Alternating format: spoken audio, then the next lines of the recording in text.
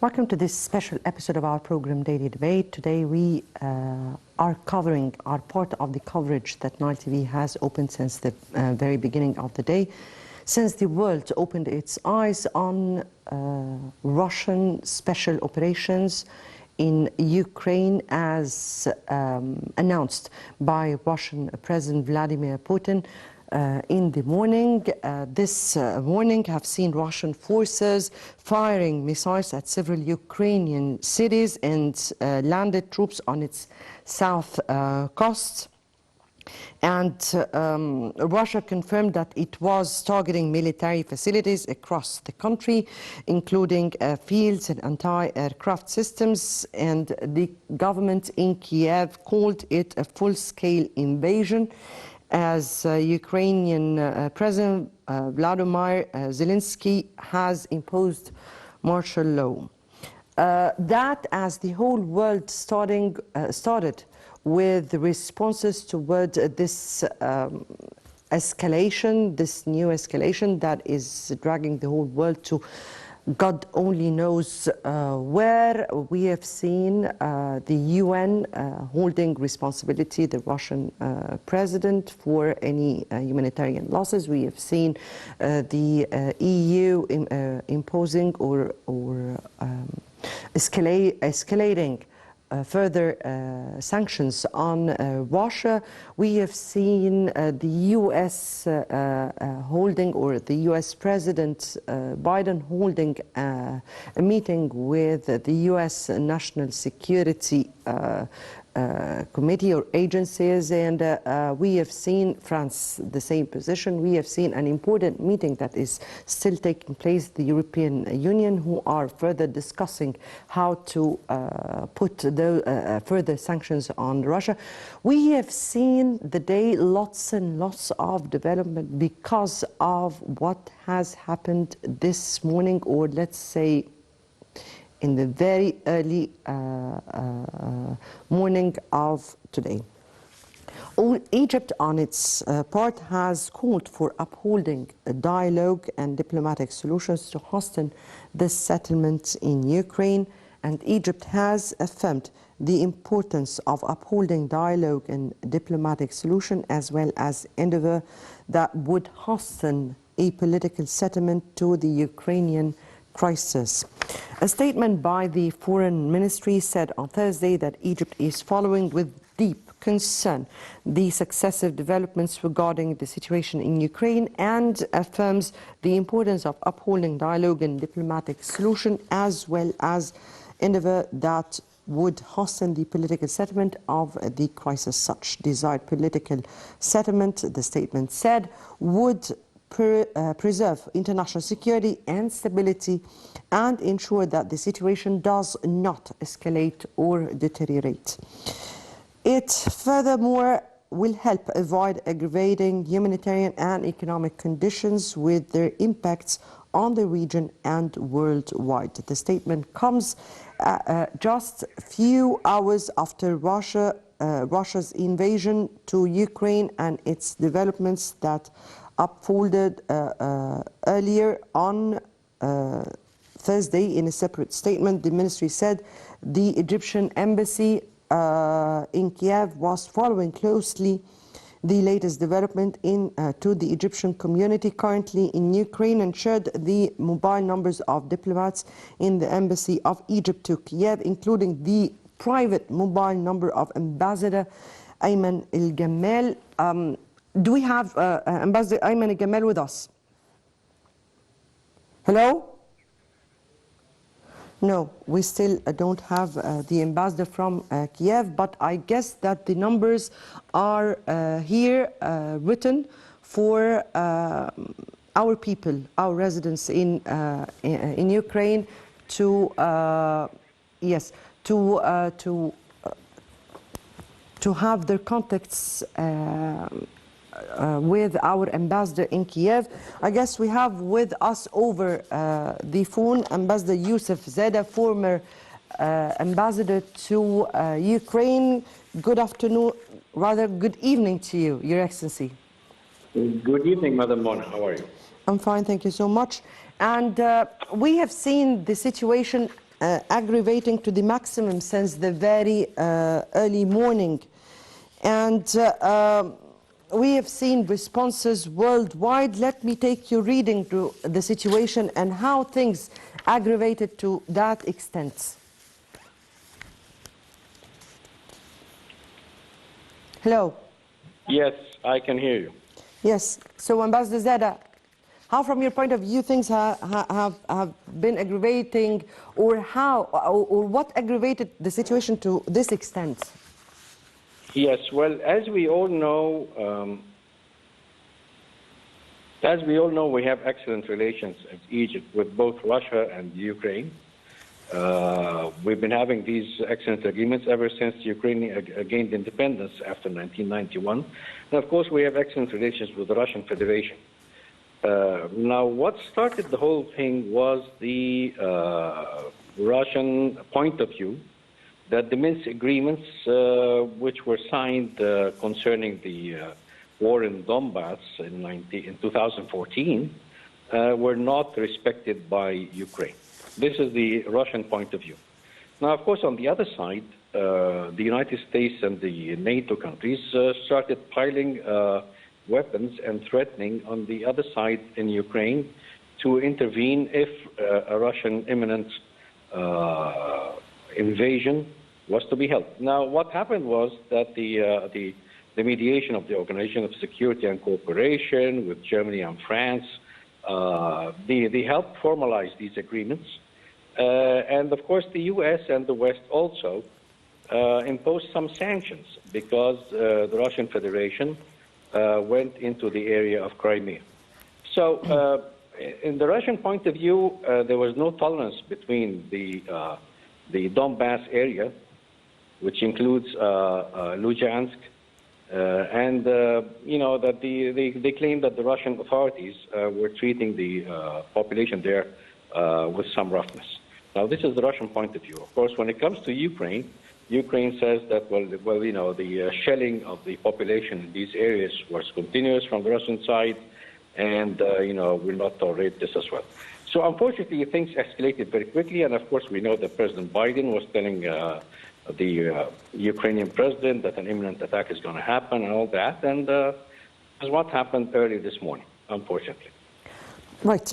So, this was a very precise reading to how things escalated. We have seen the rhetoric of the situation since November 2021 and all the escalation that happened until yesterday.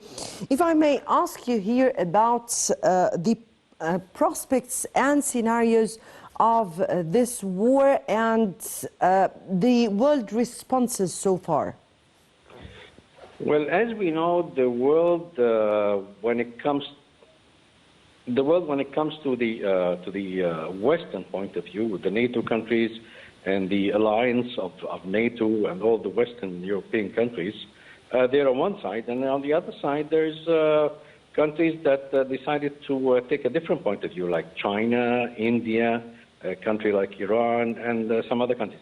I mean, other countries in the world, like Egypt, for instance, and I suppose the other Arab countries are... No, before I speak to Egypt and the Middle East, because this is a different question that I really want to speak about in precise. But let me here take the reactions for big powers and involved parties. We're speaking here about the United States, we're speaking about the European Union, we're speaking about the NATO, the organization, the European Union, as I said, China, for an instance, and many other parties who are really involved in this matter.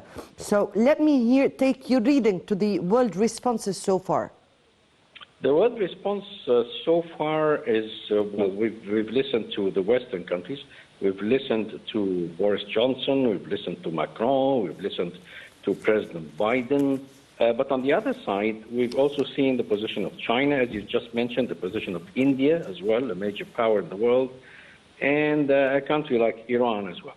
So I think many countries are not siding with the Western point of view. And most countries outside the region are decided to stand in between Russia and Ukraine, because they have good relations with both countries. So when the Security Council is going to be convened tomorrow, everybody's talking about, well, you have 5 permanent members, and 2 of them have the right to veto the Russian Federation and the People's Republic of China. So I don't think any, feasible declarations were made there, or something happening important in the Security Council. However, the NATO is also convening a meeting tomorrow, and we've all listened today to there is this European Union meeting discussing the sanctions, but so far all the responses revolved around sanctions and further sanctions. Are we hearing other responses here? Because we have just seen President or the US President Joe Biden few minutes ago coming in this press conference, announcing after his meeting with the US National Security, describing or holding Russia responsible and calling for a solution, or a peaceful solution, and describing the situation as a break or a violation to the international system, and all what we have seen of the statements, but revealing or speaking also about sanctions. So what we are speaking about here? Well, we've seen President Biden be very aggressive in his speech against the President Putin personally, and of course when he was asked several questions by the media, he was with the opinion that, we have to stand together as democratic countries. This is a violation of international law. This is an attack against a democratic country called Ukraine. We can't just stand still and all that. And when he was asked about any military action to be taken or any sort of confrontation with the Russian Federation, I think that President Biden couldn't say that. He said, well, we are imposing very tough sanctions. And then again, he was asked by the media, what sort of sanctions are these? He said, well, the sanctions will be announced to all of you very soon. And then he went back and said, in reply to one of the questions that the sanctions are not that effective with Russia, he said, well, these are, even better sanctions than before. So I think this is the only thing that the West can do, is impose sanctions against Russia, banks and companies and members of the Duma and all that. Ambassador Zada, you were our former ambassador to Ukraine in 2005, I guess. And until we have further notice from our ambassador to Kiev, Ayman El-Gamal, let me here take your opinion, because many of our Egyptians, particularly students, are there. How will Egypt deal with the situation of bringing back our residents or our expatriates in Ukraine, or at least protect them and protect their interests there? Or how Egypt is mobilizing for that? Well, I think Egypt's response to all that is the statement issued by the Ministry of Foreign Affairs that you, madam, have just read at the beginning of the program. Also, the ambassador in Kiev urging all Egyptians there to stay at their homes and not to move around the country. If we can, excuse me, Ambassador Zada, if we can just take the numbers of Ambassador Gamal, Ayman El-Gamal, and our embassy in Kiev, so people would really be notified with the numbers. Please continue, Ambassador Zada. Please continue, Your Excellency. Yes, now we can all see the numbers. Thank you. So the embassy was urging the Egyptians not to move around the country and stay safe in their homes. And I think the Egyptian response when it comes to the Minister of Immigration, Ambassador Nabila Makram, she did contact with video conference some of the Egyptian students there on her Facebook page. And she talked to some of them and told them to stay put and to stay safe. I don't think Egypt has an intention to repatriate anybody at that moment, but also one of the good things that I read this few hours ago was what the Ministry of Tourism decided to do is they announced that any stranded Ukrainian or Russian tourists will stay for free in their hotels in Egypt with the same conditions they booked. So when it comes to the Egyptian community in Ukraine, I don't think a decision of repatriation and bringing back the Egyptians in Ukraine has been taken yet. Right. Your Excellency, Ambassador Youssef Zada, our former ambassador to Ukraine, we thank you so much for being with us and for your input. Now we go to to this report, and we'll come back for more discussion. Russian forces have fired missiles at several Ukrainian cities and landed troops on its south coast on Thursday after Russian President Vladimir Putin authorized what he described as a special military operation in the east. Russia confirmed it was targeting military facilities across the country, including airfields and anti-aircraft systems. The government in Kiev called it a full-scale invasion, and Ukrainian President Volodymyr Zelensky has imposed martial law. Shortly after Putin spoke in a televised address on Russian state TV on Thursday morning, explosions could be heard in the pre-dawn quiet of the Ukrainian capital of Kiev. Gunfire rattled near the capital's main airport. Ukraine's border guard agency said the Russian military had unleashed artillery barrage on the country from neighboring Belarus, 75 kilometers from Kiev. It said Ukrainian border guards were firing back, adding that there was no immediate report of casualties. Ukraine's news agencies cited a Ukrainian Interior Ministry official as saying that Ukrainian military command centers in the cities of Kiev and Kharkiv were hit by missile strikes. Witnesses in Kiev, in the center north of the country, heard a series of explosions a few minutes earlier. Artillery fire has been heard in Donetsk in the east. Ukraine has closed its airspace to civilian flights, citing a high risk to safety, while Europe's aviation regulator also warned against the hazards to flying in bordering areas of Russia and Belarus. An emergency siren sounded around Kiev, and the defense minister said Ukrainian units, military control centers, and airfields in Ukraine's east were under intensive Russian shelling. In an address on Thursday, Putin said the special military operation was in response to threats coming from Ukraine and was intended to protect civilians. Putin added that Russia was left no chance to protect itself by other means. He added the responsibility for bloodshed rested with the Ukrainian regime. Putin added that Russia could not tolerate threats coming from Ukraine, noting that they do not plan to occupy Ukrainian territory. He warned that in case of foreign interference, Russia will react immediately. This, as the United States ambassador to the United Nations, Linda Thomas-Greenfield, told the Security Council that the U.S. believes, along with Ukraine, that a full-scale further invasion into Ukraine is imminent. The Council was meeting to discuss Ukraine after separatists in eastern Ukraine asked for Russia to help to repel aggression. Greenfield said that a draft resolution would be circulated to the Council later. A European diplomat said that it would declare that Russia is violating the UN Charter, international law, and a 2015 Council resolution on Ukraine. As the discussions were private, stressing that the resolution would urge Russia to come back into compliance immediately. NATO chief Jens Stoltenberg convened a meeting of NATO ambassadors to assess the invasion of Ukraine, which borders several NATO members.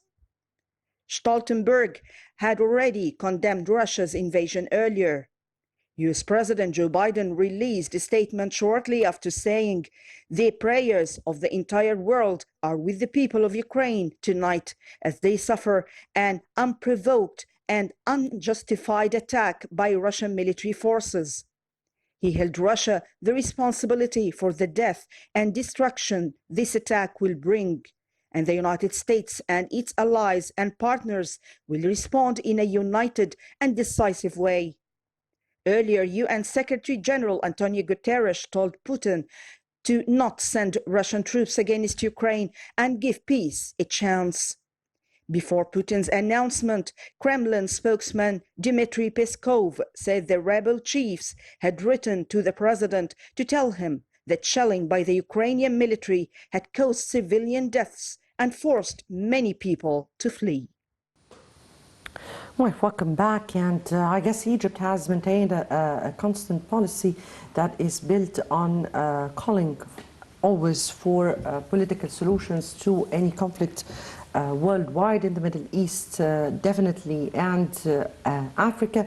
And that has been the constant policy of Egypt towards the escalating conflicts. I just read the Ministry of Foreign Affairs statement right at the beginning of this episode. And we have with us over the phone Professor Dr. Mona Makram Abed, a professor of political science at the AUC. I guess we lost the phone until we have Dr. Hello? Hello? Yes, good evening to you, Professor Mona. How I hope this call finds you well. And we're speaking today about what the world has opened its eyes to see since the very beginning of this morning, and we have seen an escalation, an aggravating situation to the Russian-Ukraine conflict.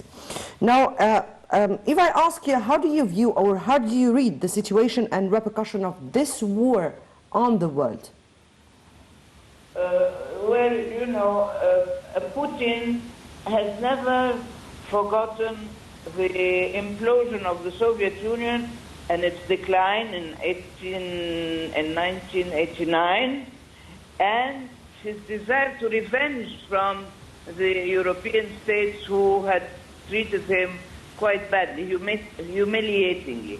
So we feel that this is a kind of revenge today, and his desire to return Russia to its previous position as an equal to the United States.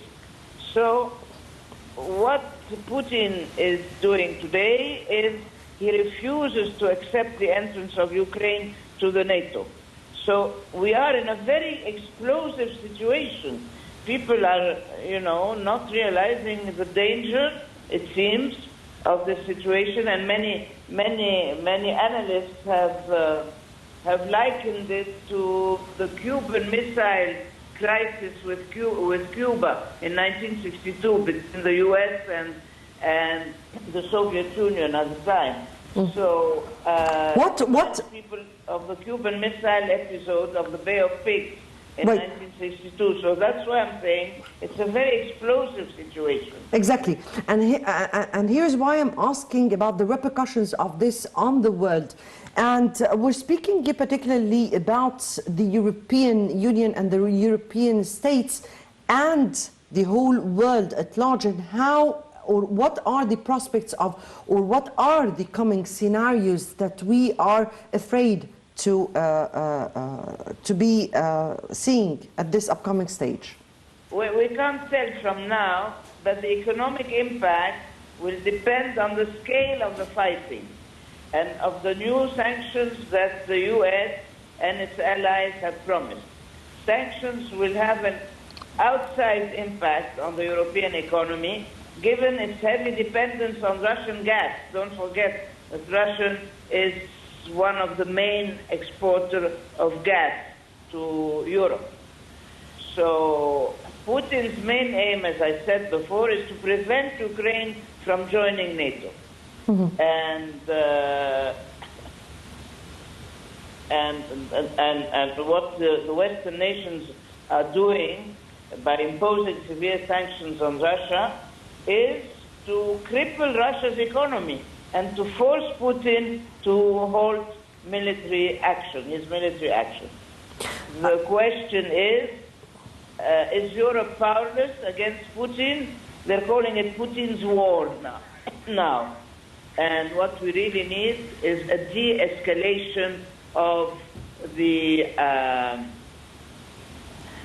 antagonistic reactions on both sides, whether it's Russia, whether it's the Western allies, and so on.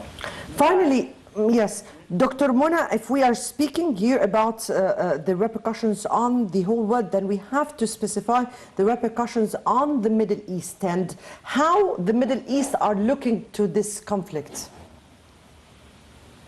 I don't know if the Middle East is prepared. They did not take this conflict very seriously at the beginning, thinking, you know, it's very far away.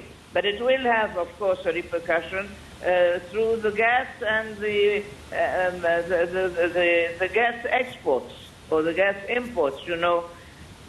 So we still don't know, and that is why people are, you know, people in the Middle East in particular are calling for a de-escalation of the tension because, and what is interesting is that according to the analysts, Putin's subjects himself aren't that enthusiastic about becoming an occupier of a sister nation. So he doesn't have full backing, even if it's in his own country. So we are not now.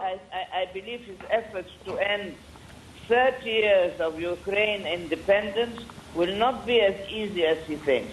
The thing is he does not regard Ukraine as a legitimate independent nation. This is the main thing. But today also, talking about the sanctions, today 4 European countries have declared their refusal to the imposition of sanctions against Putin at this moment. Yes. So because they are realizing how dangerous this will be. Yes, indeed. Indeed. Dr. Mona Makram Abe, Professor of Political Science at the AUC and a former parliamentarian, thank you so much for being with us over the phone and for your input here. And the situation really is crippling the whole world and is putting the whole world in jeopardy. I guess that remains to be seen how this will be seen during the upcoming days. In our next segment, we're speaking here about another important top story that took place today, which was the Global Forum for Human-Centered Recovery, this virtual summit that was hosted by the International Labour Organization and was speaking over the impact of the coronavirus pandemic on the world and efforts needed in this domain, as well as the challenges the world face because of the climate change threat and how to move on with those challenges and how to deal with the sustainable development issue. President Abdel Fattah al-Sisi gave his statements today to this summit, of course, virtually, and spoke about recommendations or how Egypt view such an important and urgent matter and urged the whole international community to act to be able to confront those or the impact of both threats. Before starting our discussion, let me here welcome our guest, Dr. Marwa Sherif, Professor of Economics. Thank you so much for being with us. Thank you so much. Thank you. Before I move on with the report and take the President's statements here, let me take your comment. How do you view here the economic repercussions of this Ukraine, or rather the Russian military operation on Ukraine? How will that reflect on the world's economies and in the energy markets? All right. I guess it's too hard for now to predict and to anticipate from the economic background, from the economic perspective, what is going to happen to the entire economy. We've seen the oil today raising to yeah, because as Dr. skyrocketing. Yes, as mentioned that 12% of the world production of oil, it goes for Russia. So of course the oil prices will be accelerating in the coming days. As well as also Russia and Ukraine is one of the biggest importer for some metal like iron, like titanium, and as well as also some of the agricultural products to Central Asia and to the Middle East. So maybe those two regions will be affected because we don't know what's going to happen with respect to their export status to those countries. But it's hard to predict a specific figures, either using a fundamental or using technical analysis. But Russia invasion for Ukraine, of course, Ukraine will be the biggest and the greatest victim of the story. And of course, European Union also countries will be affected, but the magnitude of the effect will be different according to which countries will be more exposed to Russia and Ukraine. So for example, Finland might be, and other countries might be. Eastern Europe.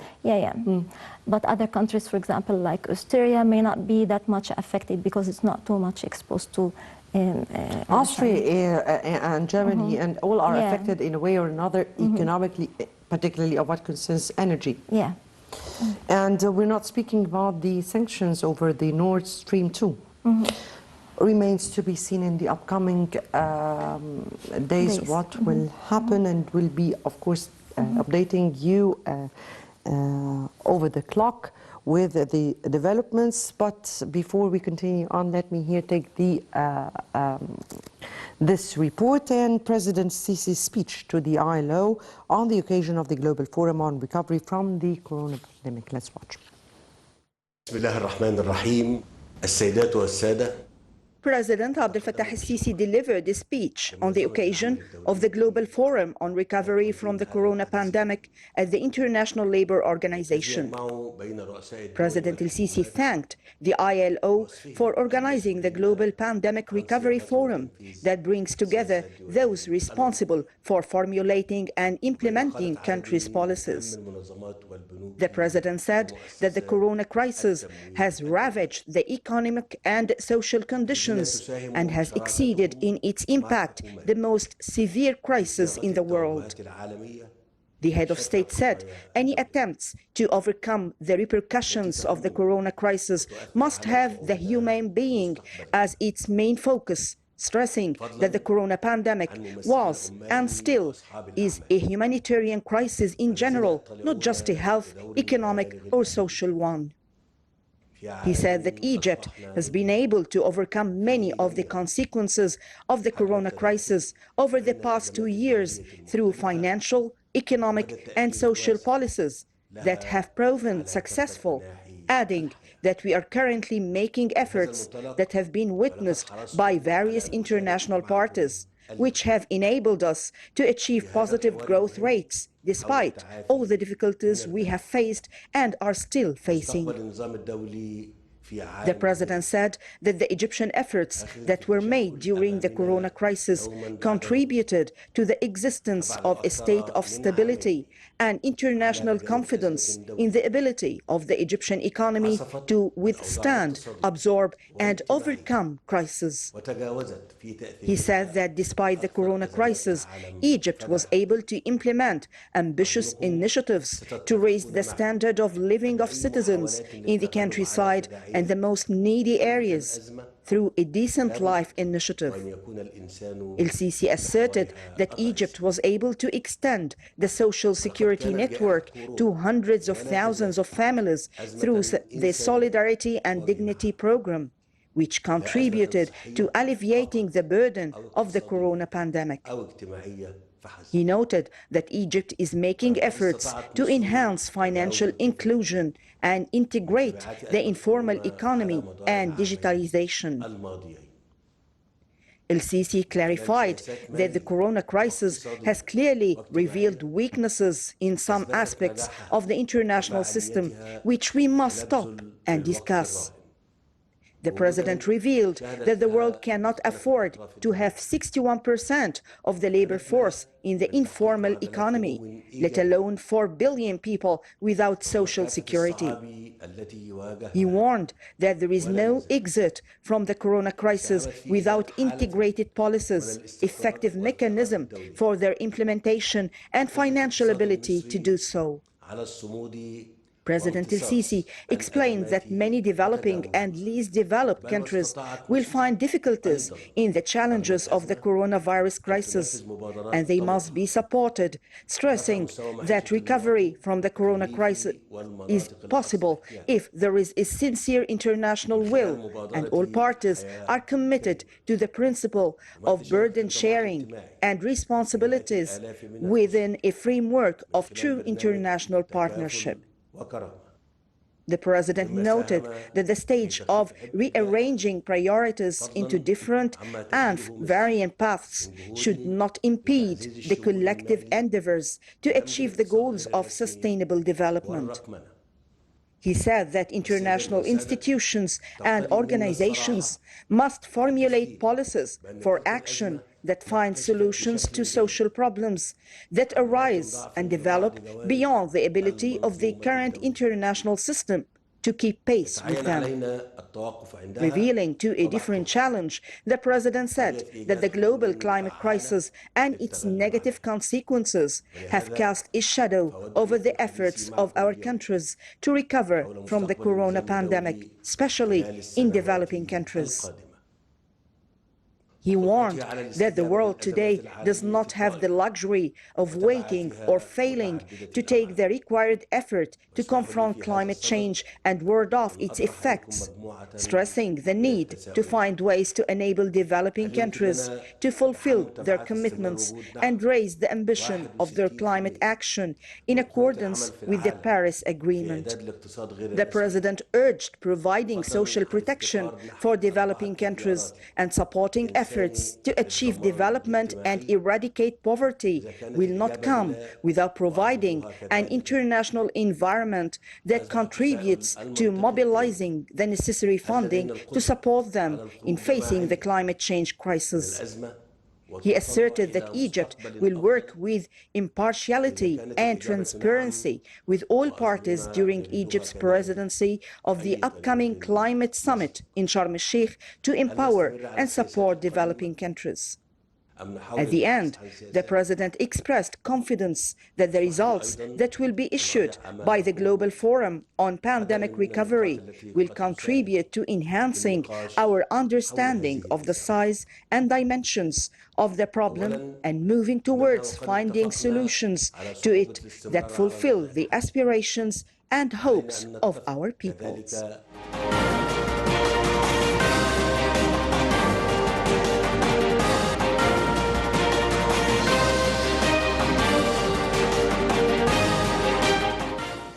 Right, welcome back. And as we saw here in the President's statements to the ILO of this important summit that took place today over the coronavirus and the climate change issue, and the President addressed the summit and the attendees, speaking about measures taken by Egypt that gave economy a life breath during the pandemic. He also spoke about measures taken by Egypt so as to prepare and confront the issue of the climate change, and how Egypt is preparing for COP27. Let me here come to back to you, Dr. Marwa, and you read it to the President's statements and what and how the President urged the international community to act. Right.